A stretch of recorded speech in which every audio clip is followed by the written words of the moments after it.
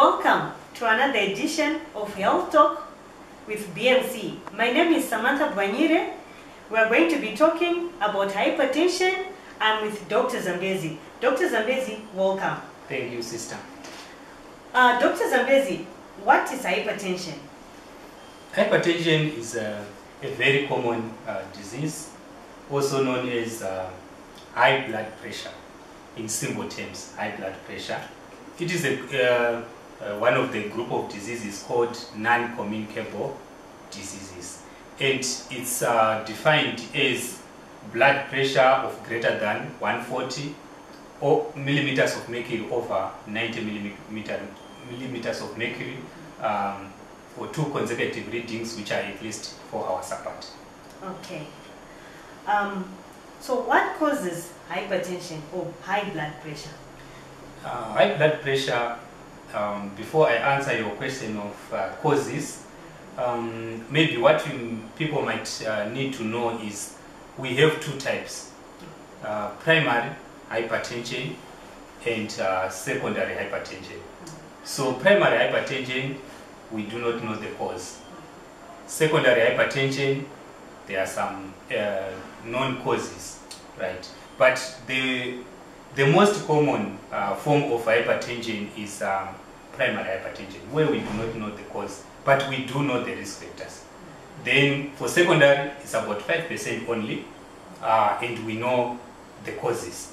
So for instance, it can be due to some renal blood vessels issues, right, or secondary to other conditions in the body, right, which may lead to elevated blood pressure. But the most important form of blood pressure, high blood pressure, we are going to talk about is essential hypertension or primary hypertension, which contributes to 95%. Okay. So maybe instead of talking about causes, we can talk about risk factors. All right. So what are the risk factors of hypertension? Okay, so the risk factors of hypertension, we divide them into modifiable and non-modifiable. So the non-modifiable includes age. As people age, their blood pressure tends to increase. That is because of the nature of blood vessels. They are stiffer, they become stiffer, and pressure will increase. So age, gender, and ethnicity, these are, you can't do anything about it, right? So these are non-modifiable. Then on the modifiable risk factors, which become the most important ones, because we can do something about it, includes high salt intake, physical inactivity, that is living a sedentary lifestyle, high body mass index or obesity, smoking, alcohol intake, and also some psychosocial issues like stress and depression and so forth. All right. So, Doc, how can we prevent hypertension? How can we manage it? And how best can we control it? Okay. So, as I have said, we know the risk factors. So it means we can just deal with those risk factors. That is what we call primary prevention.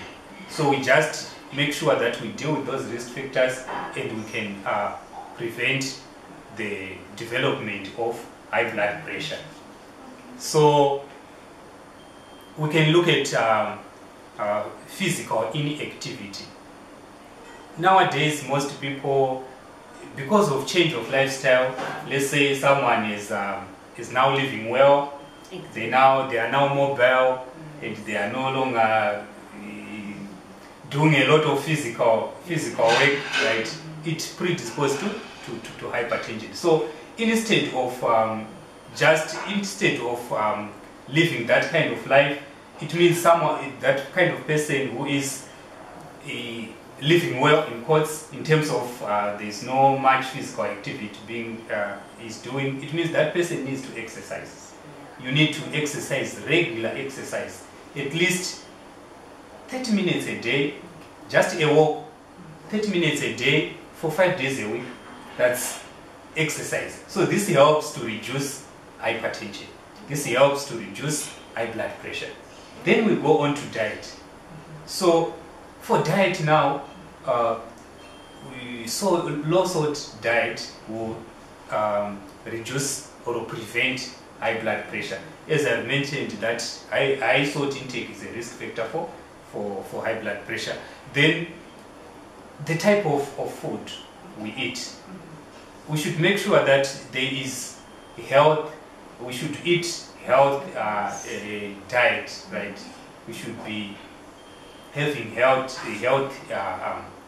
eating behaviors. Okay. So, for instance, most people define good living as maybe eating those fast foods and so forth. But you find out that people who are living in rural areas, or people, our ancestors, they don't used to get this blood pressure and so forth. Yes, the grannies, the gogos, they would live up to 100 years. Why? Because of the food they eat. Yes. So there's a common statement which says you are what you eat. Okay. So mainly we advise people to eat more of vegetables and fruits, then less carbohydrates. Of course, enough. You should take enough carbohydrates for energy, which is enough for energy expenditure, of course. Then less fats and moderate amount of proteins, of course, especially in the young, right? But plenty vegetables, plenty fruits. Okay. That's how we can prevent hypertension. And also, even on the carbohydrate types of carbohydrates, instead of eating refined foods, you can take whole grain or small grains. These ones, they reduce. They are more healthier than our fast foods or refined foods. Oh, that's great. Okay. Often people have said hypertension is a silent killer. What does that mean? Hypertension, yes, is a silent killer. What it simply means, it catches you unaware. Okay. There are no symptoms, like the diseases like COVID, where you can cough, then you know, I'm positive. Blood pressure is not like that, right? So you can live for many years, 10 years, 15 years, without knowing that you are hypertensive. So it's a silent killer. Most people come when they have already have organ damage.